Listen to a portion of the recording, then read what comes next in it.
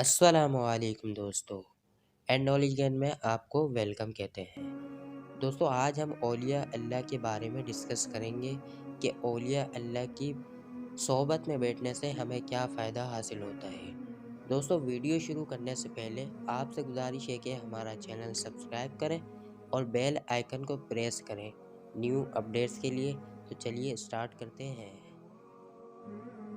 دوستو مولانا جلال الدین رومی فرماتے ہیں کہ ایک کانٹا روتے ہوئے اللہ سے کہہ رہا تھا، میں نے صلحاء کی زبان سے سنا ہے کہ آپ کا نام ستار العیوب ہے، یعنی عیبوں کو چھپانے والا، لیکن آپ نے مجھے کانٹا بنایا ہے، میرا عیب کون چھپائے گا؟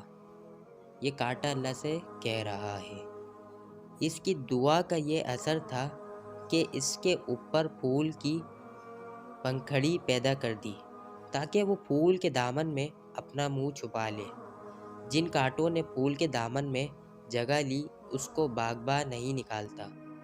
دوستو اسی طرح جو اللہ والوں سے جڑ جاتا ہے ان کی برکت سے وہ بھی ایک دن اللہ والا بن جاتا ہے۔ دوستو اللہ والے ایسے پھول ہیں کہ ان کی صحبت میں رہنے والے کانٹے بھی پھول بن جاتے ہیں۔ دوستو ہمیں بھی اولیاء اللہ سے محبت کرنی چاہیے اور ان کی صحبت اختیار کرنی چاہیے۔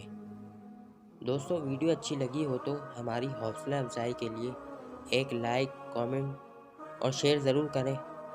ملتے ہیں نیکسٹ ویڈیو میں۔